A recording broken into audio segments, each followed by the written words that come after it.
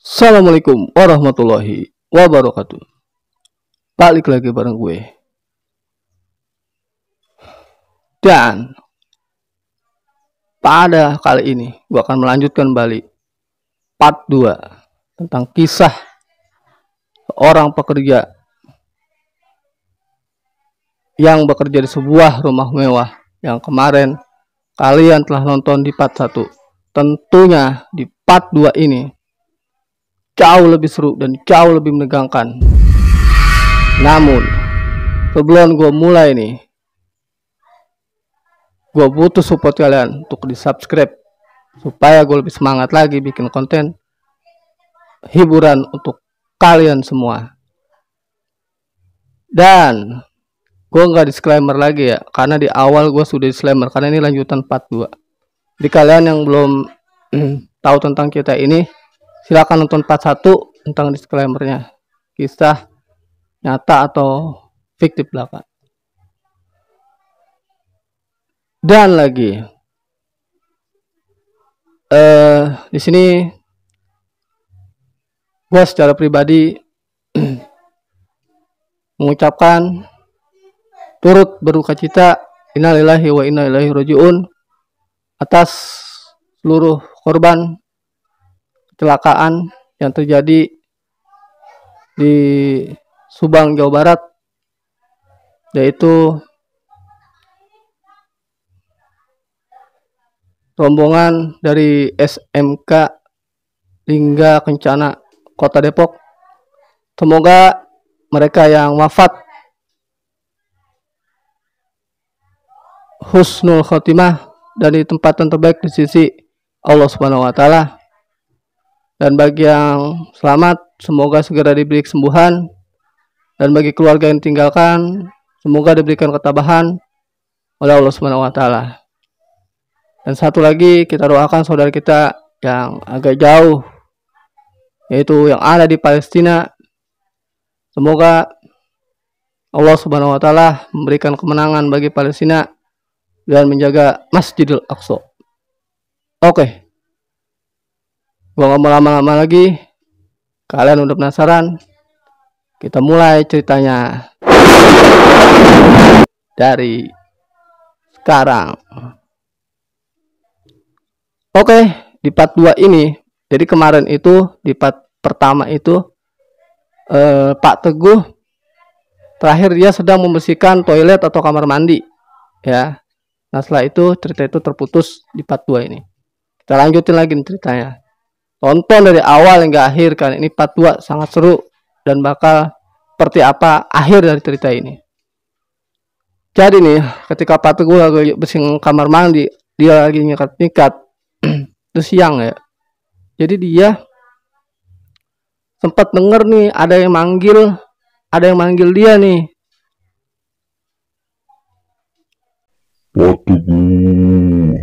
Pak Teguh. Wah, langsung dia nyari-nyari itu kan sumber suara, ini dari mana ya? Oh, ada yang manggil saya, perasaan saya sendiri di sini kan, kata dia. Akhirnya karena dia pikir, dia sih sebenarnya udah tahu, maksudnya udah ini mah paling kerjaan ini nih makhluk penunggu yang ada di rumah ini. Udah tuh dia ngelanjutin lagi kan, dia nikat. Kita anggap selesai nih dia kan bersihin kamar mandi, keluar. Nah terus setelah itu dia bersihin kamar yang tersisa. Dan itu nggak ada apa-apa. Kayak itu dibersihin semua, kasur divakum, dibersihin, disapuin semua, lantai sempat dipel. Nah tibalah waktu di sore hari karena dia udah cukup lelah. Ada dia beristirahat.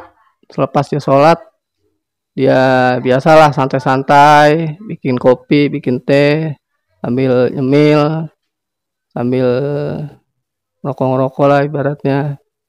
Udah tuh tibalah waktu di malam hari. Nah di malam hari ini nih, kejadian ini sangat menyeramkan yang dialami oleh Pak Teguh.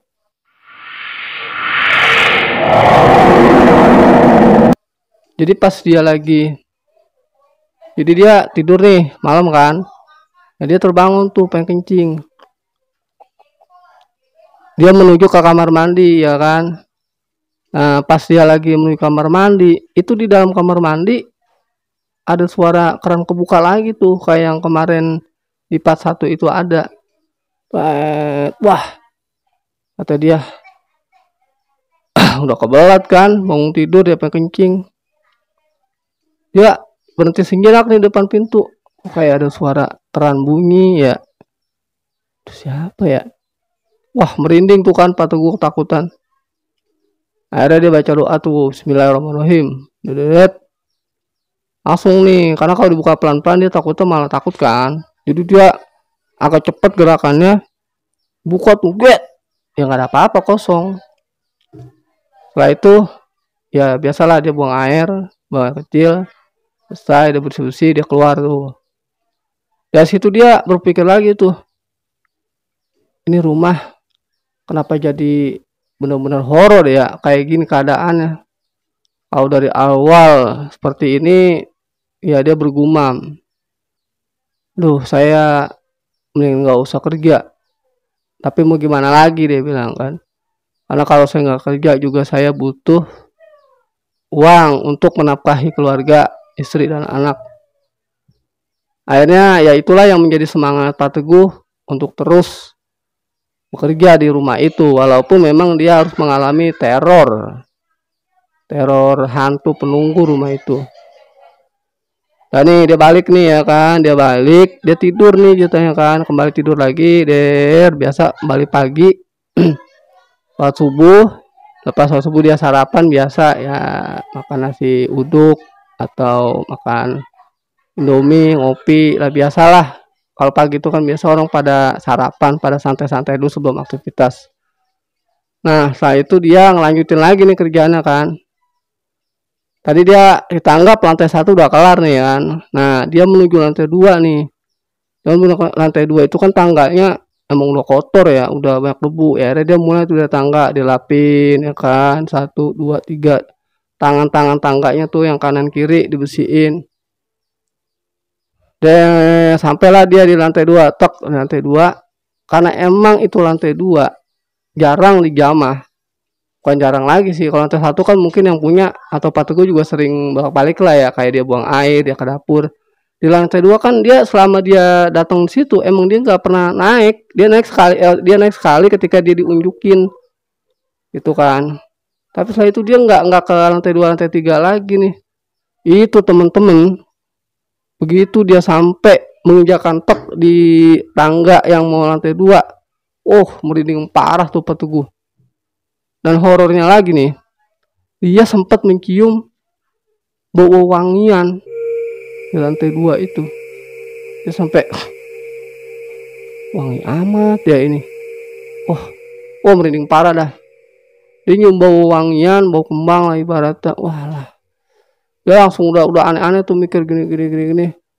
Pas dia lihat ternyata memang lantai 2 itu teman-teman ya jauh lebih kotor dibanding lantai 1. Walaupun ini di lantai 2 ya, karena emang nggak dijamah dan nggak jarang dilalui lah. Pekerjaan berat pun menanti Pak Teguh di lantai 2 ini. Biasanya dia udah bawa pelan, udah bawa sapu, udah vacuum cleaner, udah lengkap tuh di lantai 2 nih ceritanya. Mulai tuh dia nyapu, terus dia karena kan di lantai 2 ini lampunya sering mati. Akhirnya kan emang dia ngerasa dia takut ya, dihidupin lampu, cetek. Nah, ada lagi nih teman-teman kejadian horornya. Jadi, pas dia lagi mau mencet stop kontak listrik, itu dia belum mencet, belum cetek, belum. Itu tiba-tiba lampu yang mau dinyalain itu udah nyala duluan. Nggak horor. Jadi begitu, kata nih, colokan kan ini, tek, dia mau baru menyentuh nih, itu lampu udah nyala. Tek. Sampai, oh ini lampu kok bisa? Padahal saya belum mencet. Udah nyala ya, emang nggak semua nyala ya. Di situ Pak Teguh langsung lemes temen. Padahal itu siang loh teman-teman kejadiannya. Nah terus akhirnya udah tuh, begitu dia udah mau mencet listrik udah nyala, ya nggak mungkin dong dimatiin lagi. Dia pikir ya udahlah. Nah dia sempat bercanda nih, sempat mencairkan suasana. Kata dia, kalian baik banget, saya belum hidupin lampu udah dihidupin lampu duluan. Nah, begitu dia ngomong begitu teman-teman, itu lampu tiba-tiba mati lagi teman-teman. Tep, wah, parah banget sumpah. Terus dia tambah bingung kan, aduh ini kok lampu malah mati lagi sih. Ya akhirnya bismillah dah tuh cetek, nyalain lagi tuh sama dia lampunya. Hidup tuh kan. Ada ngomong tuh di situ. Maksud kalian apa di sini? Saya di sini dalam nyari bekerja, saya mencari apa? Jangan ganggu saya. Alam kalian adalah kalian, alam saya adalah alam saya. Kesel tuh dia udah mulai tuh. Gua tuh tenang tuh kan. Dia juga merasa merinding enggak. Nah, udah mulai tuh dia bersihin ya adalah bangku-bangku kecil di lantai 2 lah ya. Di lantai 2 ini memang ya sama-sama nggak tahu nih apakah itu kamar-kamar yang berapa? 4 ya. 4 apa 5 gitu. Nah, itu nggak tahu nih diperuntukkan buat siapa. Intinya itu kamar banyak aja. Yang punya rumah dibikin.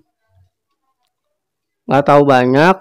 Ya dia bersih-bersih tuh di kamar 1, kamar 2, kamar 3. Nah, begitu sampai di kamar 3, itu kan nggak jauh dari dapur ya. Jadi dari kalau kita bayangkan itu, ini kamar pertama nih. 1, 2, 3. Jaraknya agak jauh ya karena rumahnya besar. Itu di kamar ketiga itu ada lorong dulu nih belok. Lorong belok sini. Nah, ini dapur sini nih ada ini posisinya. Nah, ketika dia lagi bersihin kamar yang ketiga, itu dia ngedenger suara aktivitas di dapur. Kayak klonteng. Wah, suara apa lagi nih kata dia kan. Bingung tuh dia. Ini suara apa lagi ya? Ini parah amat sih sampai kayak gini. Mati dia kan. Itu suaranya emang belum jelas teman-teman. Jadi itu Pak Teguh itu sempat mendengar klonteng kayak ada aktivitas orang di dapur. Waduh, ini nggak tuh Pak Teguh. Padahal dia udah niat nih dari kamar ketiga dia masuk lorong dikit dia mau ke dapur nih. Cuma kayaknya karena dia udah diganggu pas lagi ngidupin lampu. Udah gitu kan harus masuk lorong nih. Dia berpikir situ ini saya ke dapur, toilet atau ke sisa lagi nih yang kalau tadi 3, 4 tinggal 1 kamar lagi nih. Akhirnya Pak Teguh memutuskan dia nggak ke dapur dulu nih. Dia lanjut ke kamar berikutnya. Kamar berikutnya biasa dah normal dibersihin segala macem. Itu nggak ada kejadian tuh normal. Dia menuju ke kamar mandi. Nah, posisi letak kamar mandi di rumah itu lantai 2. Itu nggak jauh dari kamar terakhir yang Pak Teguh bersihkan, kamar keempat. Jadi agak mojok dikit tapi tetap masuk lorong. Nah, kebetulan nih di lorong itu lampunya emang mati, nggak nyala. Jadi posisinya agak gelap. Dan Pak Teguh juga lupa bawa senter. Nah, ada lagi nih teman-teman kejadian horor. Begitu dia mau masuk nih ke lantai 2, ke kamar mandi. Jadi begitu dia lagi jalan di lorong, tek, itu dia jalan jadi dia terlintas ada bayangan nih putih. Setek. Wah, menghilang itu asli. Begitu itu bayangan lewat tuh dia langsung merinding dari ujung kaki sampai ujung kepala. Bayang nggak kalian? Dia sampai kaget tuh apaan ya? Cepet banget, set. Tapi dia ngelihat itu tuh putih itu lewat set gitu kan. Akhirnya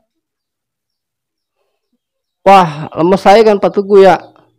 Ya sampai ini bagaimana ya tadi gitu. Sampai kayak gini banget. Sampai seperti ini. Tapi kembali ketika dia agak mengeluh dengan keadaan dia langsung mengembalikan. Dia ingat istri dan anaknya di rumah. Oh ya, saya nggak boleh menyerah di sini karena saya punya tanggung jawab yang lebih besar, yaitu menafkahi anak dan istri.